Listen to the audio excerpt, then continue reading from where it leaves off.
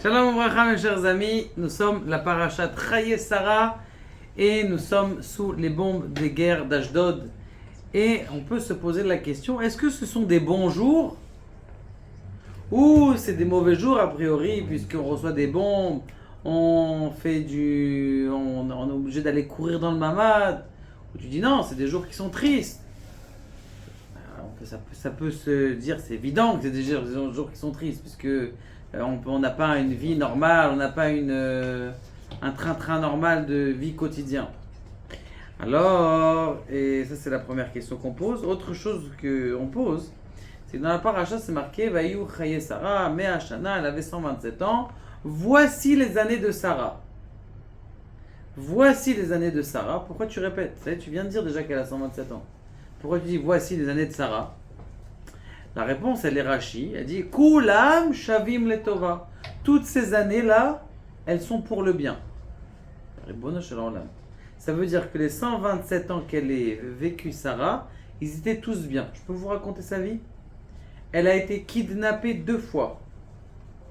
Une première fois par Paro. Une première fois par Avimelech. Juste quelqu'un vous le kidnapper, je sais pas, Bezrat Hashem. Ils vont sortir nos chers otages, mais on ne sait pas dans quel état ils vont être psychologiquement. Peut-être que matériellement ou physiquement, ils vont être en bonne santé. Mais psychologiquement, c'est sûr qu'il va avoir des séquelles. Bezrat Hashem, on leur souhaite que non. Mais on sait très bien hein, que quelqu'un qui a été kidnappé, c'est tout un ta'alir mental qui est compliqué.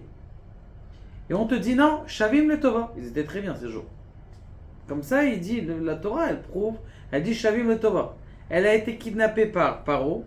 Elle a été kidnappée par Avimelech, 2e fois. Elle a vécu une famine. Elle était obligée de descendre de Canaan jusqu'en Égypte.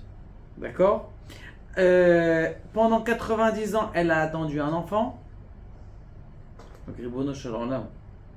Comment Rashi, il ose dire Kulam Shavim Letova. Toutes les années de Sarah, ils étaient extraordinaires. Ils étaient bien. C'est une belle vie ça. 90 ans, j'ai pas d'enfant. J'ai été doublé par ma 2e femme, l'autre femme de mon mari, Agar. J'ai été kidnappé 2 fois. Je suis descendu en Égypte pour famine, manque de parnassa pendant des années. Mais ils sont bien mes jours de ma vie. Donc ça veut dire que même si nous on est sur les bombes, a priori on devrait dire ah, on a des très bons jours en ce moment. Il faut essayer de comprendre comment ça marche. Il était une fois le Rav Shlomo Zalman Auerbach. Il était jeune, il venait à peine de se marier, il est rentré dans sa nouvel appartement. Le problème, c'est que quand il arrive dans son nouvel appartement, il y avait des gens qui n'étaient pas très religieux autour de lui. Ce qu'on appelait ça à l'époque des chaloutz. Les chaloutz, c'est des gens qui venaient juste de s'installer en Eretz Israël. C'était des... Bon, très bien. Il s'installe, maintenant lui il a envie que le Shabbat, il y ait une petite avira quand même, une petite ambiance de Shabbat. Donc il va voir les voisins, il leur dit, il essaye de leur expliquer le Shabbat, tout ça. Lui, il lui dit, bah, bien sûr, il n'y a pas de problème, le Shabbat, je respecte, tout ça. Au bout du premier Shabbat, il voit que les voisins, ils ne respectent pas du tout le Shabbat. Alors qu'ils se sont obligés, ils sont engagés à respecter le Shabbat. Bon, après, ce qu'il va faire, le lendemain de Shabbat, en plein milieu de la semaine, il va les voir, il dit écoutez, je vous explique c'est quoi le Shabbat, tout ça, et parce qu'il et il se rend compte en vérité que c'était pas une mauvaise volonté. C'était quoi? C'était juste qu'ils savaient pas ce que c'est le Shabbat. Comme les gens leur disent faites Shabbat, le Shabbat mondial du monde.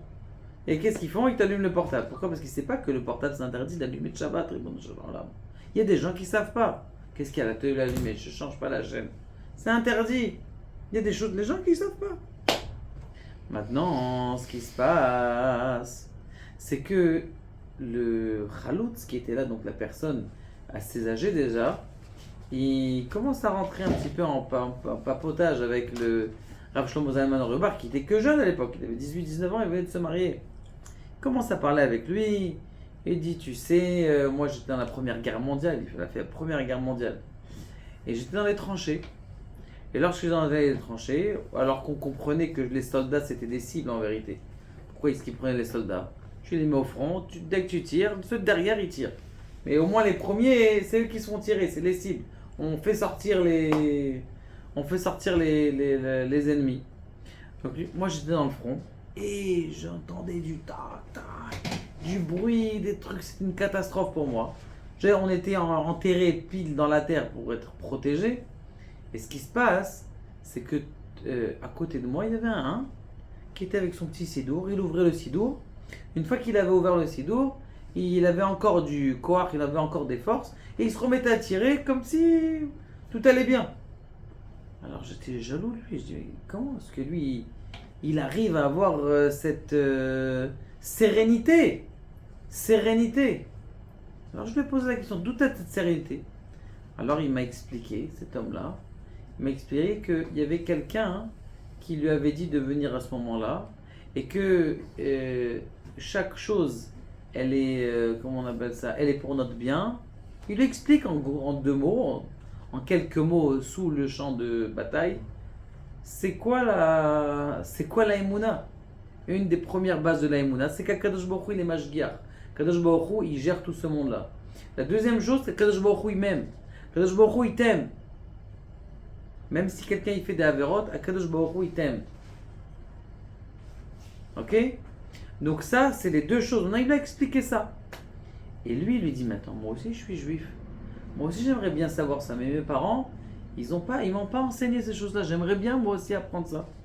Et donc, je me suis juré que je sortirai et j'apprendrai la Torah.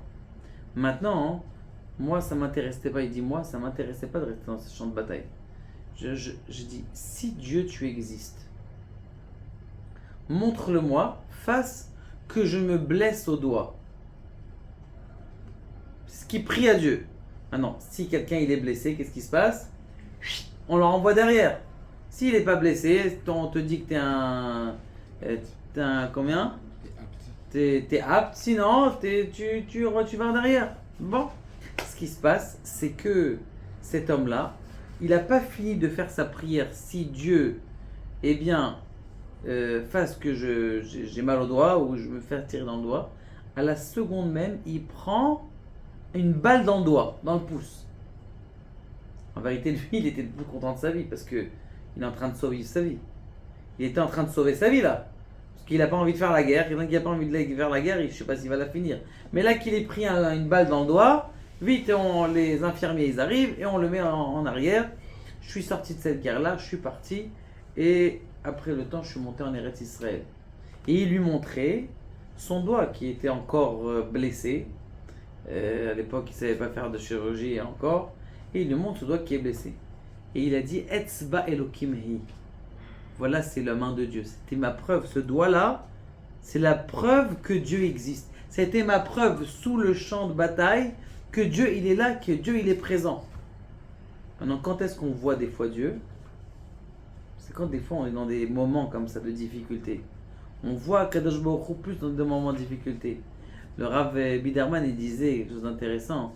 Il disait, comment vous pouvez savoir, est-ce qu'il y a dans l'œil de bœuf, est-ce qu'il y a quelqu'un qui vous regarde dans l'œil de bœuf? Comment vous pouvez savoir? Quand c'est noir. Quand c'est noir, ça veut dire qu'il y a quelqu'un qui est de l'autre côté. La même chose des fois, quand l'obscurité dans le monde, elle est là, eh bien, qu'est-ce qui se passe? Eh bien, ça veut dire que Dieu, il est là derrière toi. Chaque Azaka, en vérité, il est en train de te rappeler quoi? Rappelle, sois Ela Emouna. Renforce-toi en Emouna. Chaque sirène, elle est en train de venir là pour te dire renforce-toi en Emouna. Mes chers amis, l'histoire n'est pas finie. Il dit maintenant, je me suis promis que lorsque j'allais sortir de la guerre, et que j'allais sortir de cet endroit, j'allais faire mes études et j'allais à la yeshiva pour apprendre qu'est-ce que c'est la yadout. Donc j'arrive, je finis mes études. Bon, il me restait 3 mois pour faire les études. Et j'ai dit, après les 3 mois, je vais à la yeshiva. Maintenant, après les études, tout de suite, on m'a appelé, on m'a dit, si tu veux, on a du travail pour toi, puisque ça y est, maintenant tu as ton diplôme. Et j'ai dit, bon, je vais faire mon diplôme. Très bien. Ce type-là, il fait son diplôme. Il commence à rentrer dans le... Il dit, il y a des fois où même j'étais à la synagogue. Mais il lui dit comme ça, alors qu'il était complètement pas religieux. Il dit, j'ai été faire ces diplômes-là. j'ai fait ma vie et le Yetzer Hara, il m'a empêché d'apprendre la religion. Et si j'avais, mon Yetzer Hara, il m'avait permis de faire cette religion-là, eh bien j'aurais été plus religieux que toi maintenant et je t'aurais à toi enseigné la Emouna.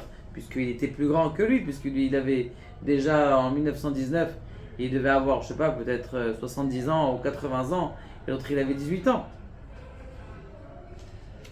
Et il lui dit comme ça, il lui dit un moussard, et c'est ça le noussard.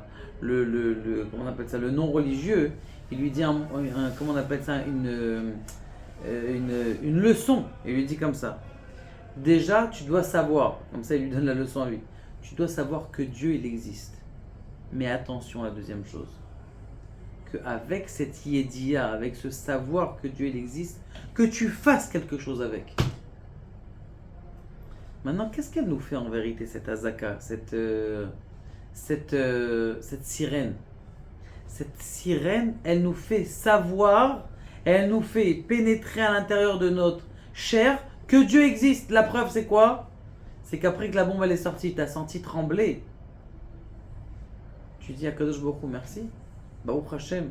Voilà, cette bombe, elle aurait pu faire sauter des binyanim, elle aurait pu faire sauter des maisons, et Baruch Hashem, j'ai pas sauté. Donc ça veut dire que on est en train, dans nos tripes, de faire un tikkun. Le monde, là, il est en train de passer une certaine réparation qui fait en sorte que maintenant, on apprend la Emouna.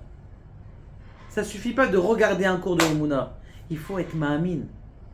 Là, maintenant, justement, et c'est là, qu'est-ce qu'elle a dit, Sarah?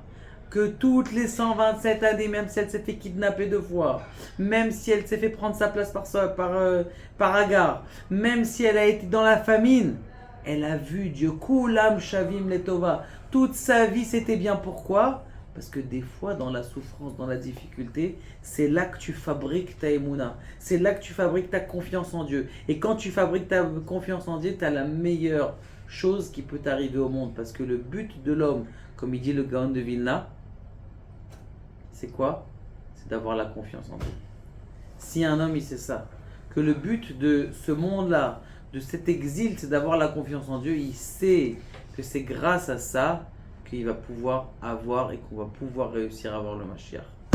Qu'Akadosh Baruch Hu nous aide vers Hazrat Hashem à avoir cette confiance et garder cette confiance de savoir que tous les jours de notre vie, ils sont extraordinaires, même si on ne comprend pas que c'est bien. Baruch Adonai Le'olam, amen.